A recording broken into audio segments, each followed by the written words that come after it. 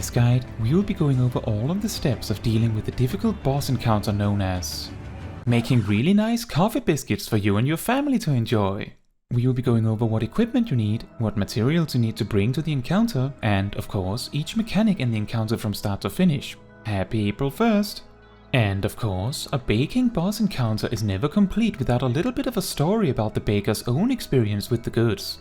While not overwhelmingly detailed in taste, the main value in this biscuit is in the texture, primarily brought by the whole wheat flour that we add, and whether you like the taste of coffee or not is completely irrelevant, because the biscuit hardly tastes of coffee in the first place.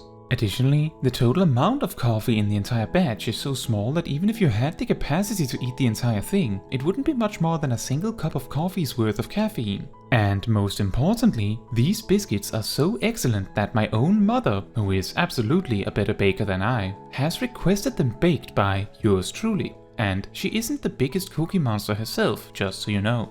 With that said, here are the ingredients we will be using for this boss encounter, known as the Coffee Biscuit, and here are the gear requirements. It is quite an approachable encounter, and you don't really need any prior experience or farming beforehand either. Start the encounter by not turning on the oven, we won't be needing it for the first hour certainly. Then get a small, medium and large bowl ready. The small bowl only needs to contain around 2 tablespoons of contents, so it could be the smallest bowl you own. In fact, add a tablespoon of espresso powder or instant coffee powder into that bowl and start boiling some water. You will probably be forced to boil far more water than you actually need. So you might as well prepare a mug for a cup of tea, or dare I say cup of instant coffee, while you are at it anyway. Personally, I find that it somehow just all works a bit better if the water and coffee is mixed immediately before we need it elsewhere, so we can leave the bowl of coffee powder and let the water boil for a bit. For phase 2, bring out the medium bowl and mix the all-purpose flour, the whole wheat flour, baking powder, and if you're planning to use unsalted butter, add salt.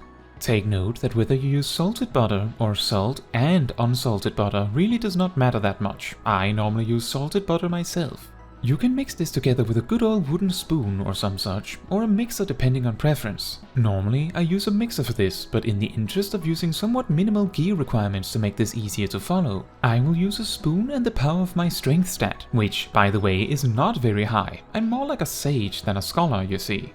Phase 3 begins, and we bring out the large bowl and mix our butter, beet sugar and brown sugar until it is all smooth.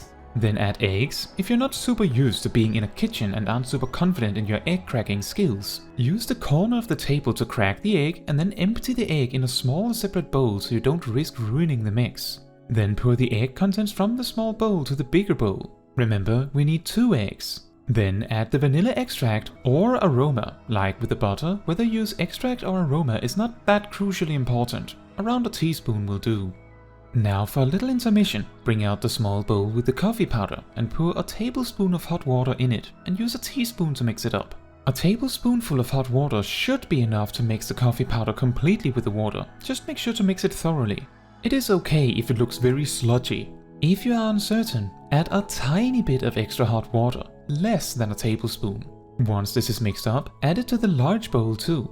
The reason we need to be careful with the water is because the balance between liquids and dry ingredients seem a bit tight with the recipe, so if you add too much liquid it will make it extremely difficult to form the biscuits later, speaking from experience.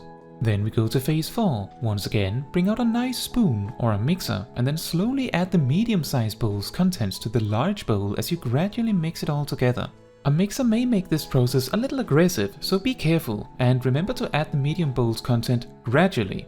If you add it all in one go, it will feel nearly impossible to mix it all together. The dough should sort of just come together when you're done.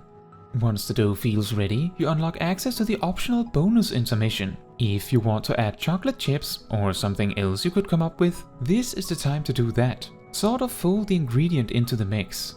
After that, phase 5 begins, and assuming you followed the recipe exactly, there should be enough dough for 24 biscuits. And given a somewhat average-sized oven and matching baking sheets, you should be able to fit around 12 biscuits per matching baking sheet. As such, prepare 2 baking sheets. To make a biscuit, grab around 40 grams of dough and, using the palms of your hands, roll it into a nice ball. If you added something extra like chocolate chips, aim for 50 grams instead. If you like to be extremely precise, or you don't actually know how much 40 grams of biscuit dough is at a glance, you can place a small piece of baking sheet on a scale and weigh a ready-made ball. If it is too small, nip a bit of the dough from the bowl and add it to the ball, or alternatively if it is too big, you can also nip a bit off of it to put back in the bowl. Roll up the ball again once you're done modifying. Then gently place the ball on the baking sheet. Remember, they grow quite a bit in width in the baking process, so give it enough space. After all, there can at most be 12 biscuits at a time on a baking sheet. Then squish the ball sort of into a thick disc. As the middle part of the biscuit will grow significantly more, squishing the center a bit extra will give you a more evenly baked biscuit. If you like to be super specific and want to be sure, you should aim for around 2 inches or 5 centimeters between 2 biscuits. Once you have a baking sheet filled with biscuits, another intermission, however, this one is mandatory. Place it in the refrigerator for 1 hour. This has a profound effect on the consistency of the dough. You don't need to make sure both baking sheets are done in the refrigerator at the same time. I will get to that. The biscuits will not grow while in the refrigerator, so you can place them a bit tight during this time if your refrigerator is small.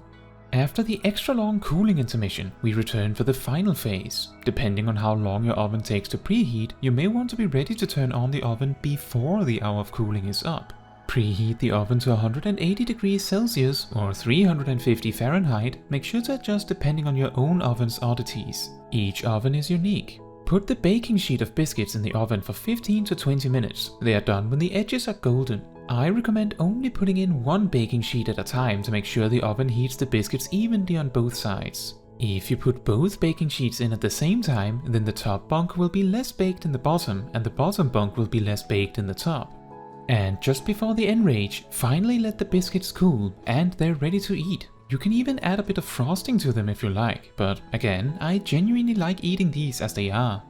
In terms of shelf life, my brother, by accident, managed to discover that after 2 weeks, the biscuits taste just as good and are still safe to eat. How long they can last beyond that, I recommend you judge by yourself, and be careful. Happy April 1st, and I hope you found this Culinarian Extreme Boss Guide helpful or interesting. Now, that is all for this video. Thank you so much for watching. If you want to support me and my channel, you can like the video, leave a comment, subscribe and hit the bell to get notified when next I post a video. And if you want to give even more support than that, you can also become a member of the channel like these wonderful people here. Fun fact, the Coffee Biscuit of Final Fantasy XIV became wildly popular and well known due to a Leave Quest money-making strategy in the game, in which you could hand in these biscuits in batches for a surprisingly large amount of profit back in Shadowbringers.